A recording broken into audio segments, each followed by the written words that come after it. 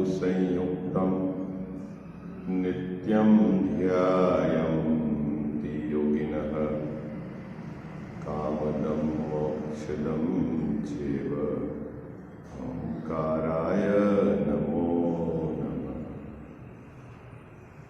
मंगलम भगवान वीरो मंगलम गौतमो गणी मंगलम कुंद कुंदार्यो जैन धर्मोस्तु मंगलम। सर्वमंगल मांगल्यम सर्वकल्याणकारकम प्रधानां सर्वधर्माणां जैनं जयतु शासनं जैनं जयतु शासनं जैनं जयतु। इस भवतरु का मूल एक जानहु मिथ्या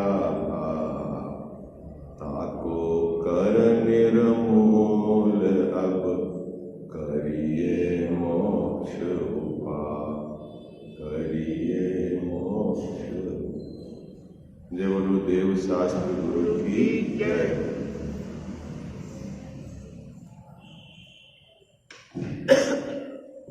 प्रकरण क्या चल रहा था अपना, बताओ कि जैन मिथ्या दृष्टि के संवर तत्व संबंधी भूल किस प्रकार पाई जाती है। विषय क्या चल रहा है अपना, जैन मिथ्या दृष्टि के संवर तत्व संबंधी भूल किस प्रकार पाई जाती है।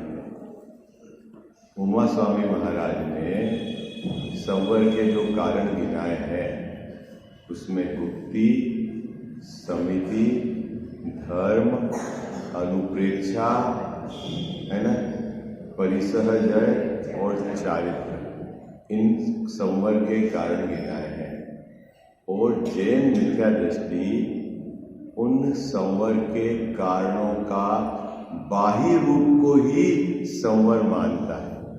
क्या गड़बड़ी करता है, क्या गड़बड़ी करता है, बाह्य स्वरूप है ना, व्यवहार रूप से जो है उन्हीं को ये संवर मानता है, इसीलिए उसके संवर तत्व संबंधी भूल पाई जाती है। बात पकड़ में आई आपको। प्रकरण चल रहा था अपनी समिति की, समिति किस समिति से संवर निर्जरा होती है और किस समिति से क्या होता है, पुण्य का बंध होता है। क्या तेजावत क्या समझना है अपने को, किस समिति से पुण्य का बंध होता है और किस समिति से संवर निर्जरा होती है। और जैन मिथ्या दृष्टि क्या गड़बड़ी करता है कि जिस समिति से पुण्य का बंध होता है उस समिति को वह क्या मानता है, संवर निर्जरा।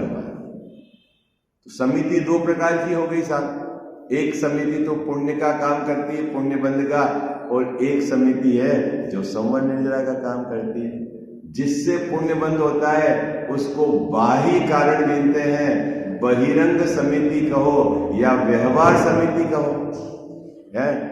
और जो संवर निर्जरा का कारण है वो निश्चय समिति है।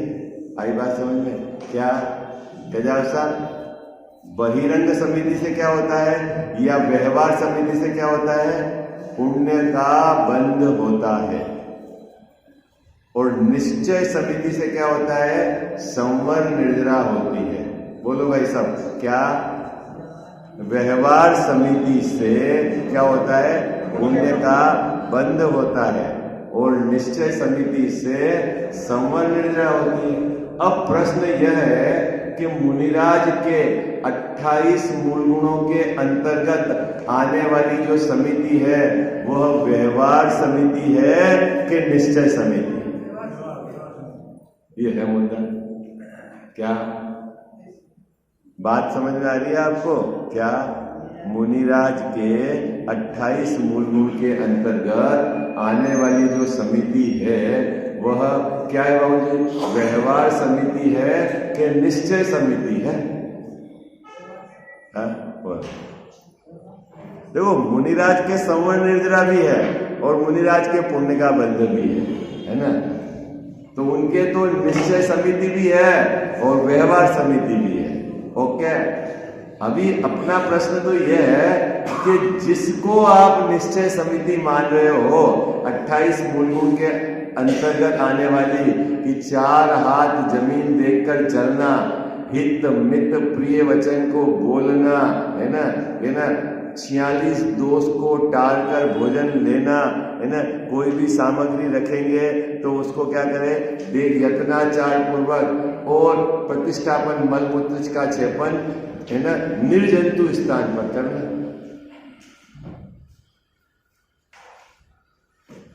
ये जो क्रियाएं हैं जैसा, ये क्रियाएं संवर है कि ये क्रियाएं पुण्य का बंध है? मुद्दा यह है।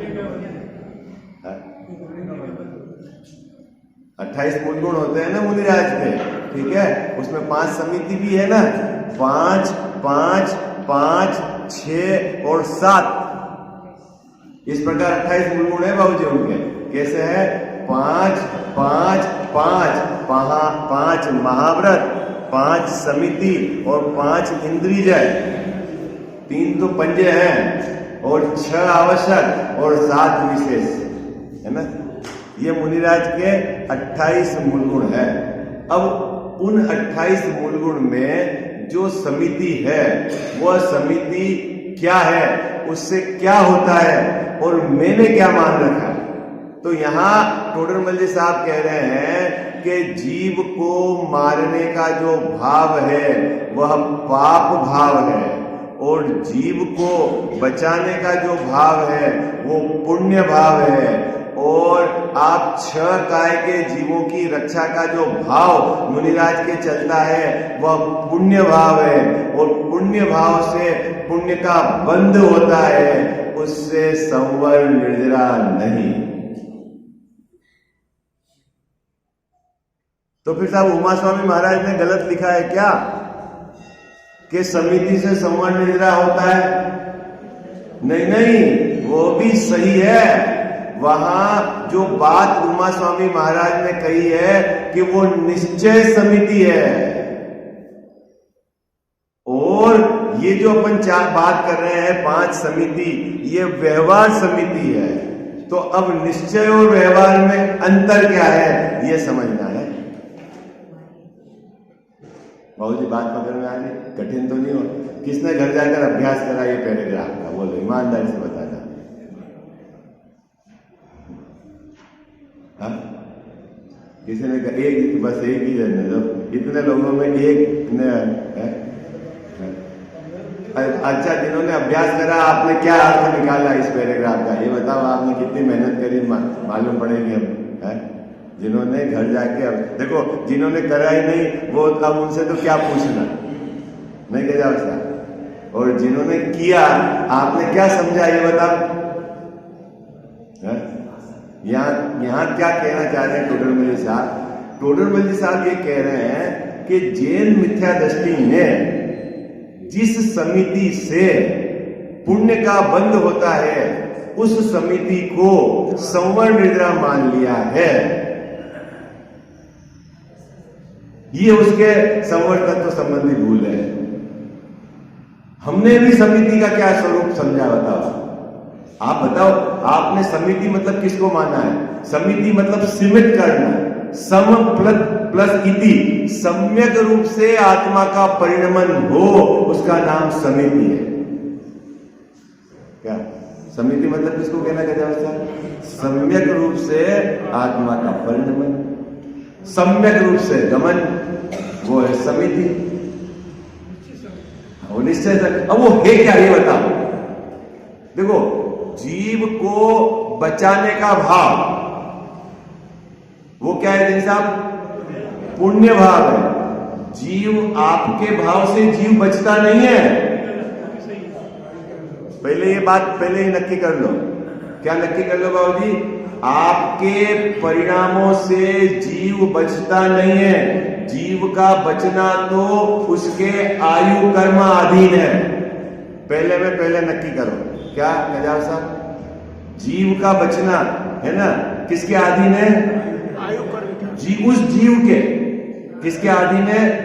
आयु। न तो तू जीव को मार सकता है और न ही तू जीव को बचा सकता। क्यों? कि जीव का उस विवक्षित शरीर में रहना वो तो उसके आयु कर्म के अधीन है। लेकिन यदि तेरे जीव को बचाने का भाव है तो वो तेरा पुण्य भाव है। क्या? उससे जीव बचता नहीं है, लेकिन तेरा भाव क्या है भाव जी? वो पुण्य भाव है। आई बात समझ में? तो वहां क्या है? जीव की रक्षा का भाव है ना, इसीलिए पुण्य भाव है। जीव बचता नहीं है, जीव का बचना तो उसके आयु कर्म अधीन है, लेकिन तेरे जीव को बचाने का भाव वो क्या है गजावत साहब? पुण्य भाव है। वो पुण्य बंध का कारण है। और ये तो हुआ व्यवहार समिति। क्या बाबू जी? 4 हाथ जमीन देखकर चलना, ये तो हो गया व्यवहार समिति। और अपनी आत्मा में वीतरागता की रक्षा करना, वीतराग परिणति को टिकाए रखना, यह है निश्चय समिति। तूने परजीव की तो रक्षा का बाहर से की और अपनी आत्मा की रक्षा क्या कहते हैं? अपनी आत्मा की रक्षा। तो अपनी आत्मा की रक्षा कैसी होती है? अपनी आत्मा की रक्षा वीतराग भाव से होती है। किससे होती है? हाँ, तो वीतराग भाव से मुनिराज अपनी परिणति में शुद्धता चलती है, वो तो है निश्चय समिति। और जब वह बाहर में चलेंगे तो 6 काय के जीवों की रक्षा का भाव होता है, वो व्यवहार समिति है। अंतर समझ में आ गया? निश्चय समिति और व्यवहार समिति क्या है बाबूजी? निश्चय समिति क्या है? हाँ, अपनी परिणति में वीतरागता की सुरक्षा, वीतराग रूप धारा चलना, वीतरागता का रहना, वो तो है निश्चय समिति। उससे क्या होता है? उसमें अपनी आत्मा की रक्षा होती है। कैसे होती है? कि अपनी आत्मा को रागादिक से, कसायों से इसने बचाया, रक्षा की। क्या कहा जाए साहब? मुनिराज ने अपनी आत्मा की कसायों से रक्षा की, वो तो हो गया निश्चय समिति। और बाहर में 6 काय के जीवों की रक्षा का भाव है, वो है व्यवहार समिति। और व्यवहार समिति से तो होता है पुण्य का बंध, और निश्चय समिति से होता है संवर निर्जरा। लेकिन इस जैन मिथ्या दृष्टि ने क्या मान लिया है कि मैं 6 काय के जीवों की रक्षा करता हूं, यही भाव संवर है। ये इसके संवर तत्व की भूल है। कितने लोगों को समझ में आ गई? कठिन तो नहीं होगी? ये इस पैराग्राफ से भाव निकलता है। ईमानदारी से बताना, किसको ये समिति का स्वरूप पता था? बोलो। आप समिति मतलब क्या? 5 समिति है ईर्या समिति, भाषा समिति, ऐष्णा समिति है, फिर आदान निक्षेप समिति, प्रतिष्ठापन समिति। ठीक है, फिर किसको ईर्या समिति बोलते हैं? ईर्या समिति 4 हाथ जमीन देखकर चलना, ईर्या समिति। और थोड़ा जो विशेष पढ़ लेगा कि धूप से छांव में जाते हैं तो मुनिराज अपने शरीर को परिमार्जित करते हैं। एक जमीन जो अलग रंग की है, दूसरे रंग की जमीन में जाते हैं, तब खड़े रह के परिमार्जन करते हैं। नदी को पार करना है तो नदी के किनारे खड़े रहकर शरीर का परिमार्जन करके नदी में प्रवेश, फिर जब नदी में पार करते हैं फिर पूरा शरीर सूखता है तब चलते हैं। ये सब ईर्या समिति के अंदर आपने भेद पढ़े हैं। लेकिन भाई ये तो व्यवहार समिति है। ये क्या है? कह रहा हूं साहब, ये क्या है? व्यवहार समिति है।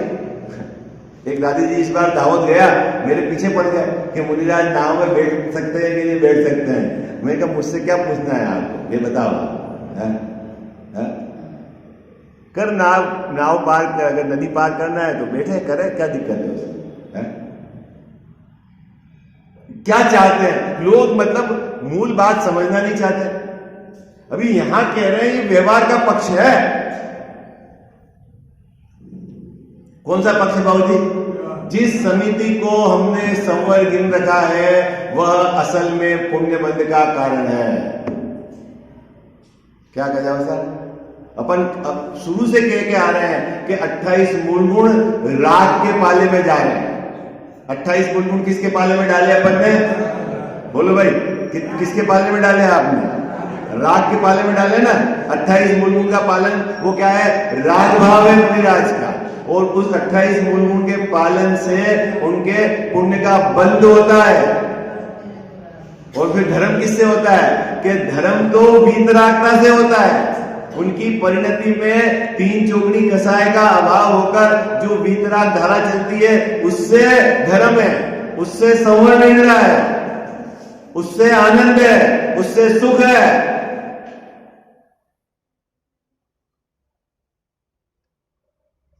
मुनिराज नग्न रहते हैं इसलिए सुखी है क्या? बोलो बाबूजी, केचलोच करते हैं इसलिए सुखी है क्या? खड़े रहकर आहार करते हैं इसलिए सुखी है क्या? मुकेश जी भाई साहब हैं तो सुखी के? अरे वीतरागता से सुखी हैं। स्नान नहीं करते इसलिए सुखी है क्या? बोलो है? तो साहब ये होते हैं कि नहीं? उनके होते हैं। अब यहां टोडरमल साहब ने ये बहुत सुंदर बात कही। क्या बात कही? कि ये जो सहज 28 मूल गुण सहज पलते हैं, ये बात इस पूरे पैराग्राफ की विषय वस्तु है। क्या मुकेश जी भाई साहब? सहज पलते हैं। अंदर में 3 चौगुनी कसाय का अभाव हो तो उस जीव के राग किस प्रकार का होगा, उसका पैटर्न भी एक जैसा है कि उसके 28 मूल गुण का ही पालन होगा। नग्न ही रहेगा, वन में ही रहेगा। ऐसा नहीं होगा कि 3 चौगुनी कसाय का अभाव हो जाए और घर में रहे, महल में रहे, नहीं रहेगा। क्यों? कि 3 चौगुनी कसाय की वीतराग अभाव, 3 चौगुनी कसाय के अभाव रूप जो वीतरागता प्रकट हुई है चारित्र गुण में, उसके साथ राग भी किस प्रकार का है उसका भी एक पैटर्न है बाबूजी, उसका भी एक पैटर्न है। उसके अलावा कोई दूसरा राग आएगा नहीं। उस राग का परिचय कराया है, वो धर्म नहीं है। राग तो धर्म है ही नहीं। हाँ, राग का धर्म, राग तो मिटाना है, धर्म को थोड़ी मिटाना है। गजावा साहब, किसको मिटाना है? राग को मिटाना है। किसी भी प्रकार का राग है वो रखने जैसा नहीं है। हाँ? तो अभी क्या अपन समझे? अभी अपन 10 मिनट में क्या समझे? 2 प्रकार की समिति है। एक तो है व्यवहार समिति और एक है निश्चय समिति। ठीक है, इतना तो याद रहेगा आपको। एक बाह्य समिति और एक अंतरंग समिति, है ना। अभी मुद्दा यह है कि 28 मूल गुण के अंतर्गत जो आने वाली समिति है वो है व्यवहार समिति। क्या बाबूजी क्या है? 28 मूल गुण के अंतर्गत आने वाली जो समिति है वो है व्यवहार समिति। और उसके निमित्त से क्या होता है? पुण्य का बंध होता है।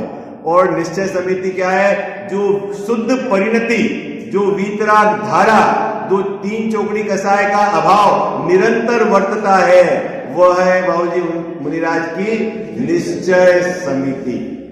और उससे होता है संवर। इतनी बात अपने को समझनी है और यही बात टोडरमल साहब इस पैराग्राफ में समझाने का प्रयास कर रहे हैं। देखो निकालिए पेज नंबर 241।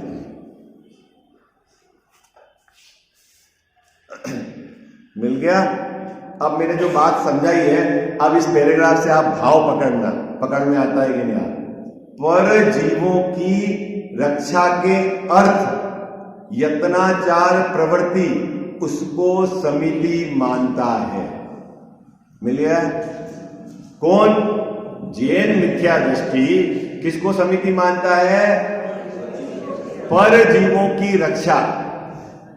उसके अर्थ होने वाली यत्नाचार पूर्वक प्रवृत्ति, बाबूजी प्रवृत्ति हुई और परजीवों की रक्षा है साथ में भाव, तो उसको इसने समिति माना। कौन सी समिति माना? निश्चय समिति माना। इसलिए उसके संवर तत्व संबंधी भूल है। अब टोडरमल साहब कह रहे हैं कि क्यों वह निश्चय समिति नहीं है, परजीवों की रक्षा का भाव, ये समझा रहे हैं। देखो, सो हिंसा के परिणाम से तो पाप होता है। यदि जीवों को मारने का भाव है, देखो आपके मारने के भाव से जीव मरता नहीं है। जैसा मरेगा तो उसकी आयु पूर्ण होगी तभी, लेकिन आपका भाव मारने का है ना, ये भाव तीव्र कसाय का है, इसलिए आपको पाप का बंध होगा। ठीक है क्या? सो हिंसा के परिणाम से तो पाप होता है और जीवों के रक्षा के परिणाम से संवर कहोगे। यदि जीव की रक्षा के परिणाम को यदि संवर कहोगे तो पुण्य बंध का कारण कौन ठहरेगा? फिर पुण्य किससे बंधेगा ये बताओ।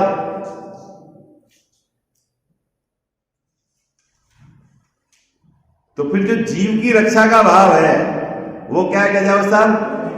वो पुण्य बंध है। तो फिर संवर क्या है? वो अगले पैराग्राफ में टोडरमल साहब समझाएगा। तथा ऐषणा समिति में दोष टालता है। क्या करते हैं कजाव साहब? जब मुनिराज आहार के लिए निकलते हैं तो 46 दोष को टाल कर आहार ग्रहण करते हैं। वहां रक्षा का प्रयोजन है नहीं। 5 समिति है, उसमें रक्षा का प्रयोजन नहीं, दोष नहीं होना चाहिए भोजन ग्रहण करते समय, क्योंकि रक्षा तो जिसने भोजन बनाया है वो यत्नाचार पूर्वक भोजन बनाता है, अपने लिए भोजन बनाता है ना। इसीलिए रक्षा के अर्थ समिति नहीं है। यदि आपके चित्त में ये बात बैठी है कि जीव की रक्षा के अर्थ समिति है, तो वह ऐसा नहीं है। ये तो पहले पैराग्राफ में टोडरमल साहब। तो समिति कैसे होती है ये बताओ। फिर टोडरमल साहब ने फिर तो समिति कैसे होती है, बाबूजी क्या समझा रहा है टोडरमल साहब? सो समिति कैसे होती है? अभी देखना, बहुत सुंदर बात है। मुनियों के किंचित राग होने पर गमनादि क्रिया होती है। क्या होता है बाबूजी? मुनिराज गमन करते हैं। अपन ने बात किया ना, जब गुप्ती होगी तब तो गमन नहीं होगा बाबूजी। जब गुप्ती होगी तब गमन नहीं होगा बहिरंग। और जब गमन है इसका मतलब गुप्ती नहीं है। अरे भाई समझना, गुप्ती मतलब क्या? गुप्ती मतलब बाहर में गमन नहीं है। बोले काय गुप्ती हो गई ना, तो भाई एक स्थान पर मुनिराज बैठे हैं, शरीर का हिलन चलन नहीं है, तो वो गुप्ती है। अब जब मुनिराज, अब गुप्ती में तो हमेशा रह नहीं सकते। क्यों नहीं रह सकते? क्योंकि वो भूमिका ऐसी है कि आपको विहार करना है तो चलना पड़ेगा, आहार के लिए जाना है तो चलना पड़ेगा, मलमूत्र के क्षेपण के लिए जाना है तो वो चलना पड़ेगा, है ना, चलना तो पड़ेगा। लेकिन जैसा जब चलते हैं तो एक बहुत सुंदर बात लिखी है कि मुनिराज चलते हैं तो कैसे चलते हैं? किंचित राग होने पर चलते हैं। बाबूजी ये क्या चक्कर है? किंचित राग और तीव्र राग, इसमें क्या फर्क है? आप भी चल रहे हो और मैं भी चल रहा है, मुनिराज भी चल रहे हैं, तो दोनों में अंतर क्या है? उनका किंचित राग है और आपका सब बाहर से तो दोनों ही चल रहे हैं बाबूजी। मुनिराज विहार करते हैं ना, तो मुनिराज के साथ जो गृहस्थ भी विहार करते हैं ना, चलते ही है ना, पैदल चलते हैं ना बाबूजी, विहार करते हैं। अब मुनिराज चल रहे हैं, उनके किंचित राग है, और उनके साथ जो गृहस्थ चल रहा है उसके किंचित राग नहीं है। अरे क्या बात कर रहे हो? चल तो दोनों रहे, बाहर से तो बिल्कुल ऐसे ही दिख रहे हैं बाबूजी। फर्क क्या है? जैसा फर्क क्या है?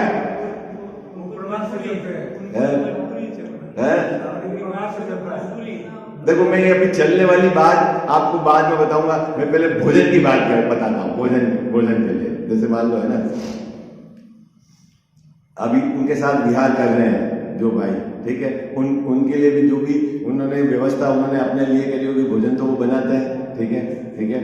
और मुनिराज अगर वहां रास्ते में है तो वो श्रावक अपने लिए भोजन बनाते ही हैं, उस चौके में मुनिराज का आहार हो जाए तो ठीक। अभी भोजन तो दोनों ग्रहण कर रहे हैं आपके हिसाब से, ओके, होता है ना, दोनों भोजन है, लेकिन मुनिराज के किंचित राग से भोजन ग्रहण होना और उनके किंचित राग नहीं है, उनके उससे तीव्र राग है, उससे भोजन, तो क्या अंतर है भाव जी? भोजन ही तो ग्रहण कर रहे हैं दोनों। हाँ, आप कैसे कह रहे हो किंचित राग? भाव जी कैसे कह रहे हो किंचित राग? हाँ, तो आप कह रहे हो आसक्ति नहीं है, विशेष प्रकार का उनको राग नहीं है। कैसे कह रहे हो विशेष प्रकार का राग नहीं? मुद्दा तो ये है बाबा,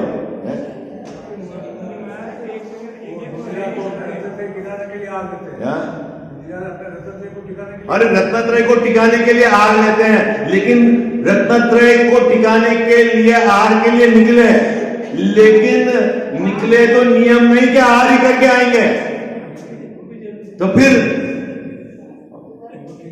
बाबू जी आप समझे किंचित राग मतलब क्या? कि आप आहार के लिए निकले, है ना, आहार के लिए निकलते हैं ना मुनिराज, तो आचार्य भगवंत से परमिशन लेते हैं। आई बात समझ में? क्या कह जाओ सर, एक प्रक्रिया है, मैं उधर की प्रक्रिया पर ज्यादा अभी आपको जोड़ नहीं दूंगा। क्या क्रम है? पहले आचार्य महाराज से परमिशन लेंगे, ओके, आचार्य महाराज देखते हैं क्या कि इनके शुद्धोपयोग में यदि भोजन आवश्यक है तो परमिशन, और यदि लगता है कि नहीं तो उनको ना बोले, नहीं आज आहार पे नहीं उतरना है, आप तो उस पहाड़ पे जाकर साधना करो।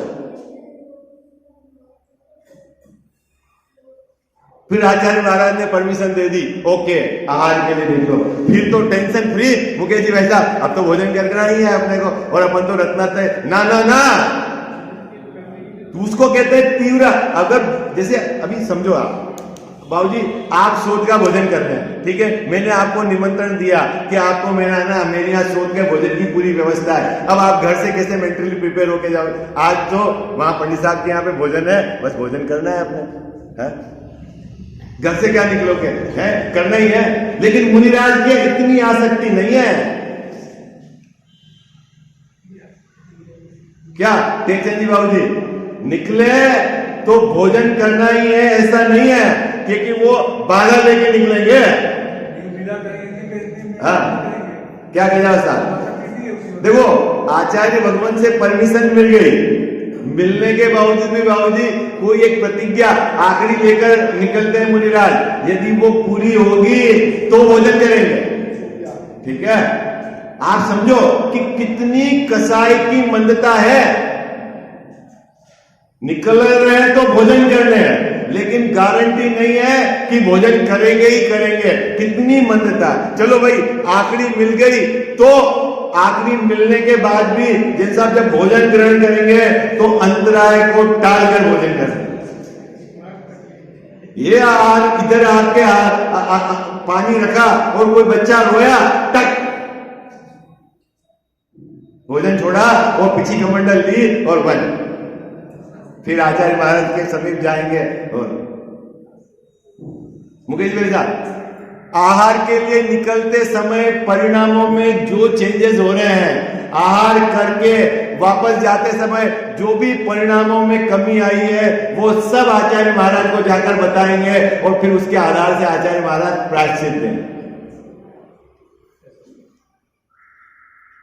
आई बात समझ। और अपने को बाबूजी भले ही शोध का भोजन है, आप अगर गए तो आप गहराई से शोधोगे नहीं कि हाँ इन्होंने तो संदीप जी ने कह दिया कि अगर आप शोध का भोजन है, आप इन्वेस्टिगेशन करोगे कि शोध का भोजन है कि नहीं है। अरे अब तो भोजन है और फिर उसमें लड्डू बने हैं, वैसे तो अपन रोज मिठाई खाते नहीं, आज एक की जगह 2 खा लो, भले ही भोजन शोध का है, लेकिन आपने यदि उसको आसक्ति से खाया है तो वो भोजन प्रमाद के पाले में चला गया। क्या भोजन तो शुद्ध है कजावा साहब, लेकिन आपने क्या क्या जिनसा आसक्ति, आसक्ति किसको बोलते हैं? देखो, एक तो है लंपटता और एक है गृद्धता। लंपटता में तो ये विचार ही नहीं करता कि ये भोजन करने योग्य है कि नहीं है। क्या मुकेश जी वैसा लंपटता में कि ये भोजन सही है कि नहीं है, करने योग्य है कि नहीं है, इसमें हिंसा अहिंसा का विचार ही नहीं करता है ना। कहीं भी खड़े कैसे भी खा लिया, पानी छना है कि नहीं है, आने दो अभी पर है। एक तो वो है लंपटता, और शुद्ध भोजन बनाया आपने अपने लिए, ठीक है, बिल्कुल आपने आटा मर्यादा का, शक्कर मर्यादा की और बनाया, और भोजन करते समय बाबूजी एक लड्डू और, अभी तो ये टेस्ट बढ़िया लग रहा है, स्वाद, आपने एक और डाल दिया अंदर, तो वो है कहलाती ग्रस्तता, आसक्ति है। और तीसरी बात बताओ नीलदा, क्या अगर मैंने बाबूजी को निमंत्रण दे दिया, ठीक है, और पता लगा कि भाई भोजन अच्छा नहीं बना, बनाया तो शुद्ध लेकिन भोजन अच्छा नहीं बना, आपके पसंद नहीं आया, तो बाबूजी परेशान है, अब बेकार है, कोई व्यवस्था करता नहीं है, कोई परेशानी करने वाला था ही नहीं है, तो बेकार है। ऐसी खेल चिंता भी नहीं होती है उनको। अंतराय आ जाए तो भी प्रॉब्लम नहीं, और अच्छे से भोजन हो जाए तो प्रसन्नता नहीं। इसको बोलते हैं अनासक्ति। आई बात समझ में? क्या कहा उसका? इसको कहते हैं किंचित राग है। अपने तो शुद्ध है तो बनाओ और ठोको, फिर दिन में 2 घंटे सो गए, ऐसा एकासन करते हैं। आपको पता नहीं चलता एकासन फोन एक घंटे में बैठ के, एक आसन पे बैठना है तो दोनों टाइम का एक आसन पे बैठ के खा लो, वहां तो 32 व्यास की मर्यादा है। आई बात समझ? किंचित समझे? किंचित है। ये तो मैंने आपको एक बहिरंग पक्ष बताया। मुनिराज आहार के लिए निकलते हैं, परमिशन लेकर निकलते हैं, राग किंचित राग होने पर निकलते हैं, भोजन ग्रहण करके पुनः आने के बाद पूरी अपनी वीतरागता को सुरक्षित रखते हैं और हर अंतर मुहूर्त में अपनी आत्मा में जाते हैं। ये निश्चय सावधानी है उनकी। बाबूजी ये है प्रमाद सही, प्रमाद रहित। ऐसा नहीं भोजन करने में मशगूल हो गए तो भूल गए कि अपन किस काम के लिए निकले, ना ना ऐसा नहीं है। क्या बात पकड़ में आ गई बाबूजी? बात पकड़ में आ रही है? अंदर में शुद्ध परिणति चलती है, 3 चौकड़ी कसाय का अभाव वर्तता है और हर अंतर मुहूर्त में शुद्ध उपयोग होता है। क्या अजय भैया क्या कहा साहब? अभी आपको नहीं समझ में आएगा। देखो मैं ऐसा उदाहरण देता हूं लौकिक अपने लिए। जैसे आपके दुकान पर जैसे आप ग्राहक है, समय हो गया है, ग्राहक है और बहुत मतलब 2-5 लाख रुपए का सामान ले जाएगा आप, और आपको उसी दिन समाज में अपना खाना है तो जाना भी है, ठीक है। घर से फोन आ रहा है, भैया हम तो पहुंच गए नोरे में, आ जाओ, और दुकानदार आपके यहाँ पर सामान खरीदने के लिए आए, तो आप उसको बोलोगे 5 मिनट रुक, 5 मिनट रुक, मैं खाना खा के अभी नोरे से आया, ठीक है। अब वो जो नोरे में खाना खाने जाएगा, कितने काउंटर देखेगा, कितने लोगों से बात करेगा, कितना वो आनंद से भोजन करेगा, है बाबूजी? कैसे करेगा बताओ?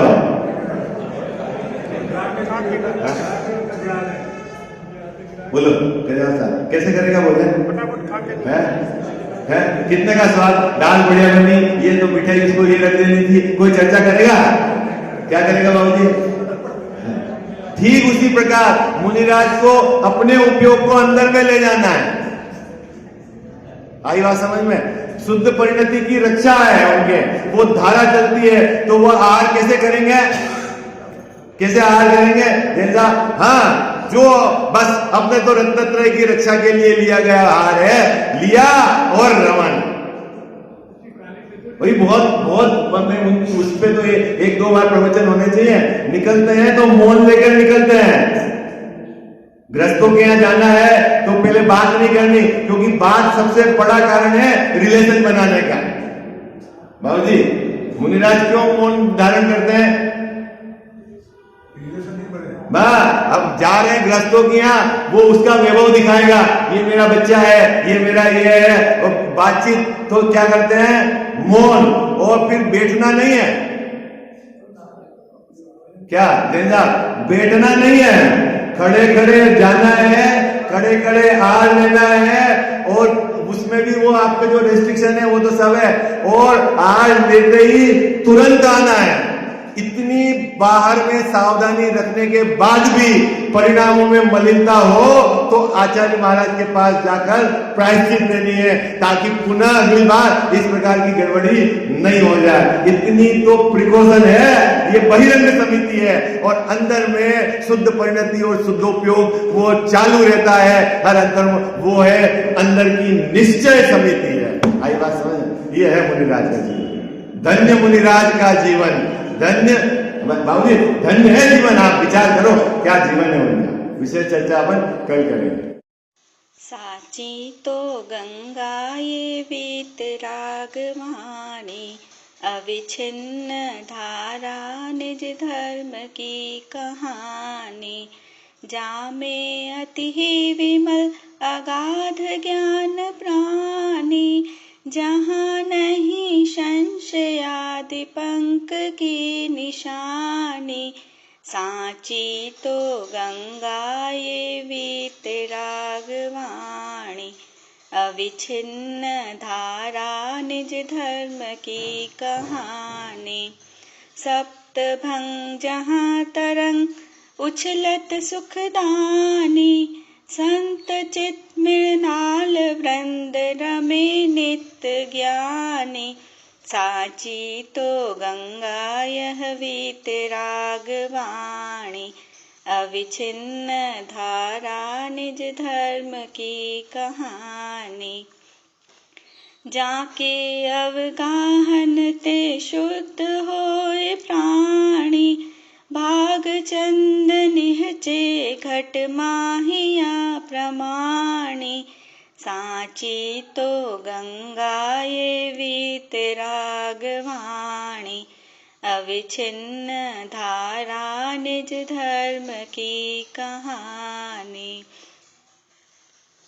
जावाणी के ज्ञान ते सूझे लोकालोक, सो वाणी मस्तक चढ़ो सदा देत हूँ धोख।